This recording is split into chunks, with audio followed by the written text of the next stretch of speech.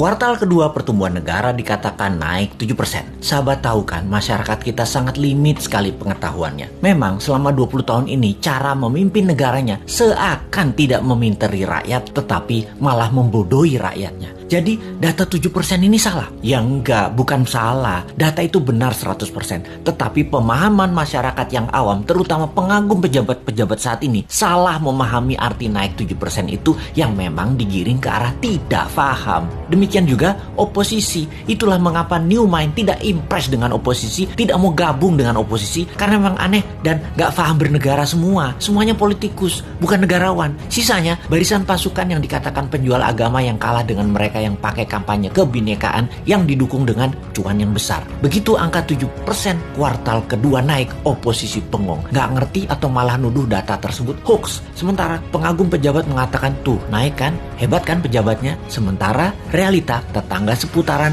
dan orang jauh sebelum PPKM sudah berat ekonominya. Sekarang lebih gak muter lagi, nambah sekarat, butuh oksigen. Kok gak ada yang naik? Begini melihatnya. Biar makin paham bahwa New Mind mencoba memberikan pemahaman cara cerdas bernegara. Naik 7% itu year on year. Paham? Enggak peduli. Gini kita ilustrasikan. Tahun lalu minusnya 1,9%. Tahun ini minusnya 1,7%. Naik dari minus 1,9% ke 1,7% itu naik sekian persen. Betul kan? Ya betul, naiknya begitu kira-kira. Bukan dari 1,9 minusnya total lompat plus 7%. Ya bukan begitu. Jadi data tidak salah. Cuman demi populerisme. Kayak artis gitu deh. Nggak boleh terlihat jelek. Jadi diambillah mengemasnya dari sisi positif. Itu tidak salah. Yang salah adalah pemahaman banyak orang yang terus dipolitisasi. Mangkel deh 20 tahun ini gak dewasa-dewasa juga bernegaranya. Lebih mangkel lagi, kenapa setiap masalah pejabat yang ditugaskan dia lagi.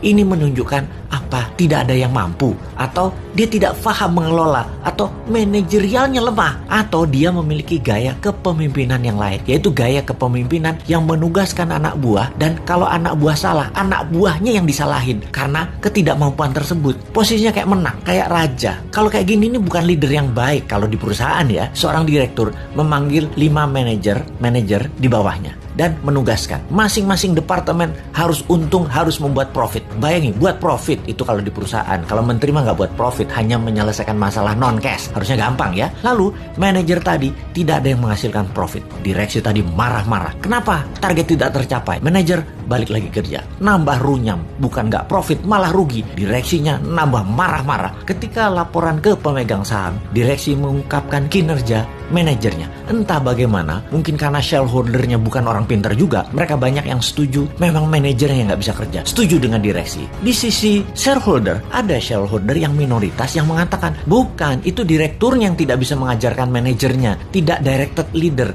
tidak berpengalaman bisnis multinasional, memang dia yang tidak mampu. Malah ribut sesama pemegang saham dan berusaha membeli saham milik minoritas dengan harga murah. Lalu diusahakan yang beli adalah investor asing, dan yang minat adalah investor dari Tiongkok yang memang mitra dagang perusahaan tadi. Sudahlah, itu hanya ilustrasi, capek kita balik ke pokok awal tadi. Lalu sektor mana yang naik? Sektor yang dipegang oligarki, yang memang hanya 3% mereka itu, tapi mengendalikan 70% ekonomi. Wis, ngerti ya ilustrasinya ya? Sudah, sana berantem lagi. New Mind mah nonton aja, abis kita dianggap wong bodoh, padahal bodoh beneran.